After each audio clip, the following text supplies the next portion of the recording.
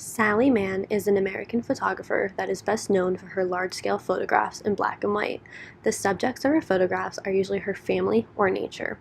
She has won many awards, including NEA, NEH, and Guggenheim Foundation grants.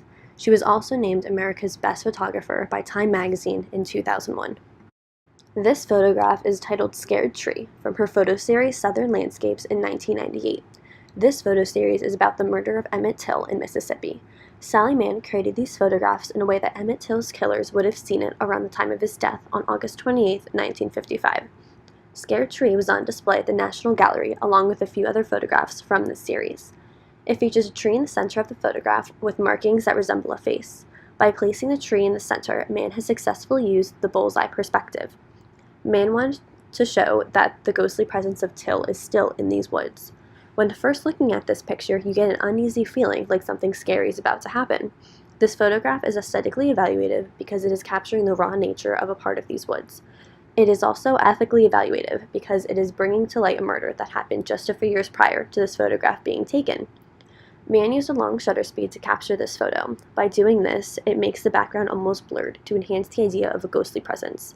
Mann is also known for using broken or old lenses when she photographs. This technique was used while taking this picture, and it gave the photograph the fade around the edges, how it is darker around the photograph sides but slowly fades out towards the middle. This photograph is from a photo series called Family Pictures that was taken by Mann in the 90s. This photo series features her 3 children, who she says are her favorite subjects to photograph. This photograph features 2 of her children and the family dog outside in nature. Both children are wearing white, and you can clearly see the dirt and stains on them, making the audience interpret that they were playing outside and got dirty. It looks like the older sibling is even wiping dirt off the other sibling's face. There are also a bunch of objects surrounding them, including an old car, a hairbrush, and a mirror, possibly items that the kids were playing with.